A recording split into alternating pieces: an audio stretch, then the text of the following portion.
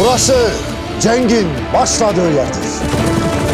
Her bir güçlükle Osman Bey baş edecekse siz ne demeye varsınız Bala Hatun? Beyimin yükünü paylaşmayı senden öğrenecek değilim hatun. Allah yüreğinize kuvvet, yüreğinize cesaret versin.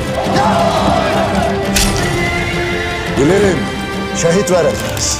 Bilirim öleceğiz. Lakin